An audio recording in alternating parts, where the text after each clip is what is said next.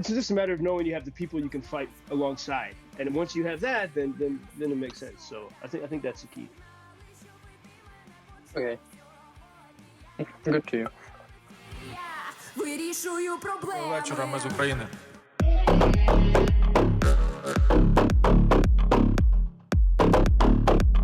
Good evening. This is Joe Lindsley talking to you from somewhere in Western Ukraine, in the Carpathian Mountains. Speak freely, Near Daily War Journal, 28th of July. And speaking with... This is as usual with the Zakhar Pikh from the same Lviv, Ukraine. For Speak Shitty, for the all amazing people around the world who don't like how I'm yelling. Yeah, well, we were just talking about one of the few guests we've had, our friend, or the acquaintance, Drew Pablo, this Australian guy. You and Zach, you and I interviewed him a few months ago. He came to Ukraine while he was running for Australian Senate, and he's been an opponent of Chinese attempts to control Australian democracy. So the Chinese government doesn't like him, and they have come after him, and they got him. He was arrested in Sydney for saying "fuck Xi Jinping," and now he was in London. He caused some kind of stir during Wimbledon, and then he was protesting outside the Chinese embassy in London. And I still have some questions about the political position of that guy, because like he's Australian and he wanted to go to Australian government, but he making a lot of shit for Chinese government around the world. But why he's not trying to make something good things in his country, and he just trying to make some shit for Chinese, and it's very strange for me and hard to understand. Well, I think his point was, because it all started, he was a student at a university in Australia, and there was when the Chinese were taking away the freedoms of the people in Hong Kong. The Hong Kongers were protesting, trying to keep their freedom of speech. They would wave the American flag and the Ukrainian flag. The Hong Kongers were inspired by Ukraine's 2014 revolution, and the Chinese shut that down. And then they would have students in Australia would have protests, Chinese American Australians, and the Chinese government and Chinese students said, no, you can't protest. In Australia, you can't protest us. It's bad. And so he was responding to that. And they came after him, and then that encouraged him. He said, well, I must be, if I'm pissing them off, maybe I'm having some kind of positive effect. So, but you didn't really, from our conversation, you did not take a liking to him, yeah? No, I didn't tell that. I don't care. I know. I don't know a lot about that situation, and I don't care now about that situation, about China and Australia and Hong Kong and other, and their relations around, because really I don't care now about that. So yeah, it was a little bit. It was a little bit strange for me, just because like you're Australian and you're trying to tell that China is bad, and like why? What's your problem? Well, it's exactly because the Chinese in Australia because Chinese people don't do that. Why Chinese people don't do that? And he's from Australia, try to make it. That's what is strange. I think first of all, the people in China or Hong Kong or somewhere else where it's not allowed, for example, and it's like it's straight connected to that people because it's their country, they have to do that first of all, and also the guy from Australia. Yeah, well, okay, there's a point there, but also the Chinese in Australia are trying to tell Australians what they can and cannot say, and that's the thing that, and including like Australians who have Chinese parents who immigrated to Australia, and so that's where it started. It was Chinese Australians saying, we want Hong Kong to be free, and the Chinese government went to the university and said in Brisbane and said, you need to shut these people up, and the university said, okay, because you give us lots of money, China, so whatever you want. So that's fantastic. Yeah, it's bullshit. And I mean, I see this in the same context as Ukraine and Russia, and that's why I care about it, and that's why I wanted to talk to Drew. He came here and didn't meet with us, but um, maybe it wasn't good for the photo op. But there's a connection between the people who want to be free and the people who want to control, and all around the world. So, but when you raise that point about like what is the Australian doing, caring about the Chinese stuff, I don't think it really applies exactly to Drew because the Chinese kind of came to him. But I was wondering the same question for myself, like especially the past week. What am I, what am I doing? No, here? no. It's not the same because Drew is not in China. Oh, yeah, but still, well. No. You are in Ukraine and you care about that because you are in Ukraine and you living around Ukrainians in Ukraine, like for more than 2 years.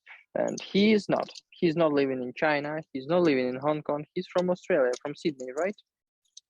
Yeah, or from Brisbane or something. Yeah, but maybe from Sydney. Yeah. But again, for him, I think it was a bit different situation. The Chinese were trying to kill free speech on Australian universities, but for me, and I felt this special. I mean, why? Sometimes finally, I took a break here in the mountains, but I was very passionate and focused and committed and working my ass off for months. And I was like, why am I doing this?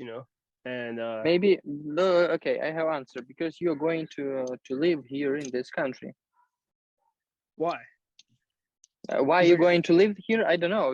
Maybe you like it. I don't know. It's your own fetish, No, I mean, this is what I was exactly questioning. Is what I mean? I got stuck here accidentally. So there's some people that came here to volunteer. They heard a Zelensky speech or they saw the horrible footage from Irpin and they said I have to go help. And that's very noble. And frankly, a lot of those people are very demotivated now. And maybe they're wondering maybe this is not my thing to fight.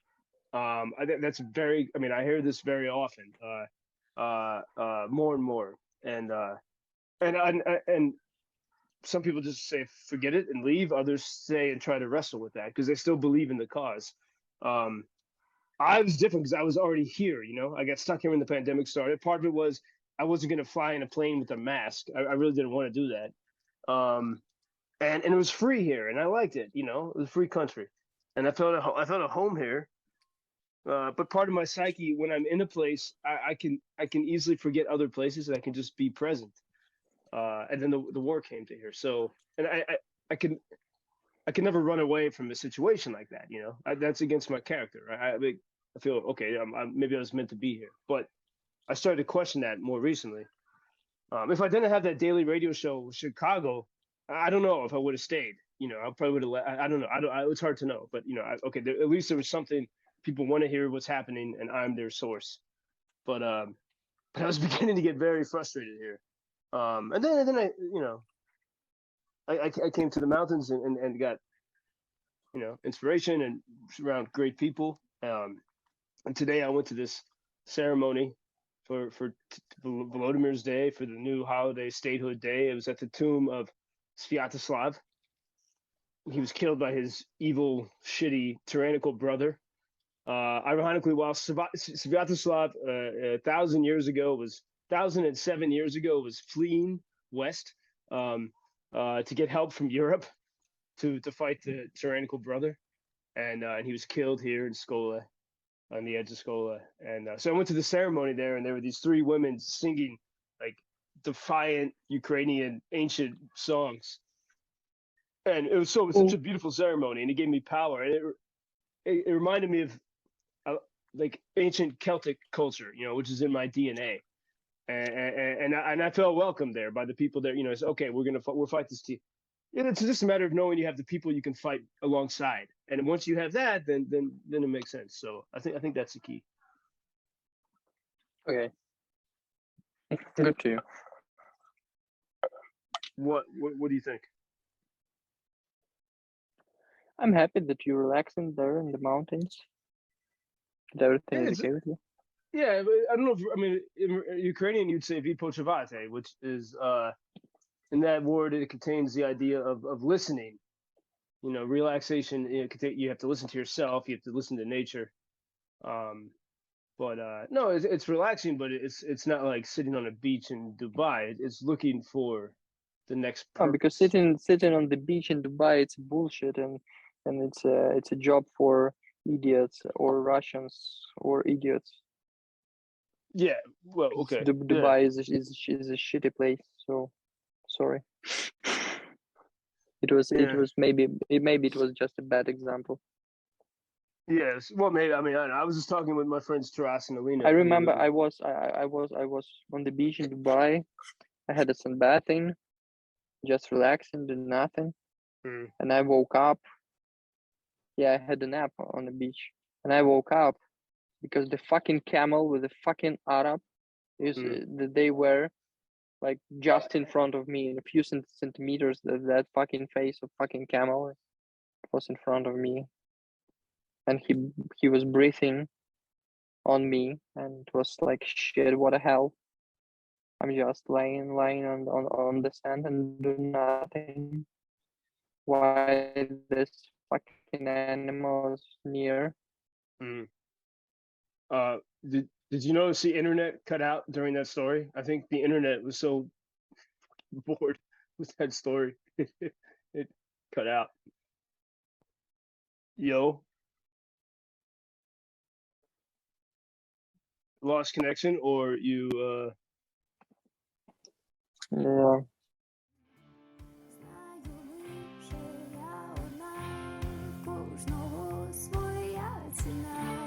Welcome to Ukraine Bank.